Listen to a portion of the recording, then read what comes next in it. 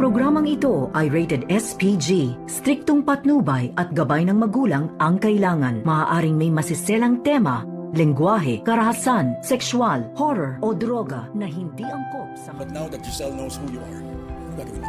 Wala. Dahil matagal ko na siyang pinatay sa isip ko. Narito na nga ang ating pakabangan ngayong Lunes sa abot kamay na pangarap. Kinausap nga agad ni Eric itong si Justin at dito na sinabi na ngayon nga ay alam na daw di umano ni Giselle ang tunay niyang pagkatao, ano daw ang gagawin dito ni Justin. At ang sagot naman dito sa kanyang ama ay sinabi niya dito na nakakalimutan na daw niya sa isipan itong kanyang ina dahil hindi daw niya ito mapapatawa dahil sa pang-iwan nga sa kanya noon at nagawa ngang ipinamigay ni Giselle tong kanyang anak.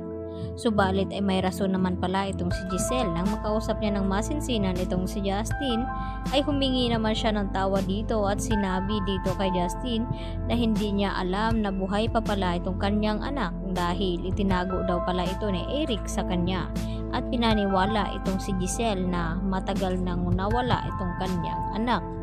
Kaya dito naman napaiyak itong si Justin na niyakap ang kanyang ina at sa hindi nagtagal ay pinapatawad na rin naman dito ni Justin itong ang si Giselle. Sa kabilang banda, gusto naman na mangyari ngayon ni Giselle na ito nga ang ihirangin bilang co-owner itong si Justin ng Apex Hospital pangsamantala na hindi pa bumabalik itong mga alaala ni RJ at hindi pa nakarecover at nagkamalay itong si Don Pepe. Kaya agad naman na pumayag itong si Justin sa gustong mangyari dito ni Giselle. At dito nga nagulat ng husto itong si Zoe at itong si Moira nang mabalitaan nila na buhay pa pala ang anak ni Giselle na si Justin. At ito naman ang makakalaban dito ni Justin itong si Zoe at ito nga si Moira.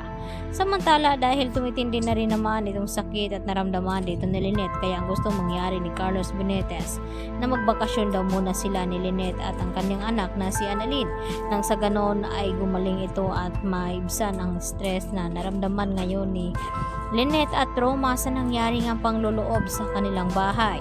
At dito nagpasya itong si Annalyn na sama ang kanyang ina sa papuntang Japan at dito naman nag-enjoy itong dalawa at sumunod naman itong si Doc Lindon Javier at itong si RJ kasama na dito itong si Zoe at itong si Moira.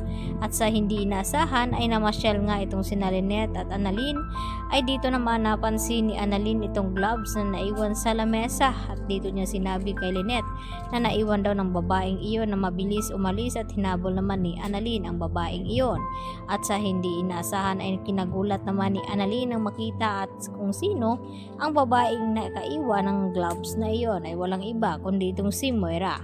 Yun pala ay makipagkita itong si Moira dito nga kay Carlos Benitez upang pag-usapan ang kanilang plano laban dito kay Don Pepe nang kung magkakamali na nga ito at kung anong hakbang na ngayon nga ay alam na ni Moira at Zoe na may isa pang tagapagmana pala itong si Don Pepe at walang iba kundi itong anak ni Giselle na si Justin at malaking balaki daw ito sa kanilang mga plano at hadlang kaya kinakailangan na magawan daw nila ito ng paraan.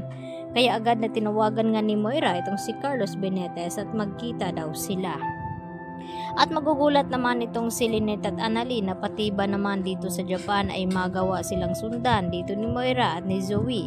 At ganoon din itong si RJ at itong si Giselle dahil gustong mangyari ni Giselle na gusto niyang makabawi dito sa kanyang anak na matagal ngang nawalay sa kanya. Kaya yan naman ang ating pagkatutukan at aabangan bukas mga kapuso sa bagong taon at bagong season ng Abot Kamay na Pangarap. Yan lang po at maraming salamat.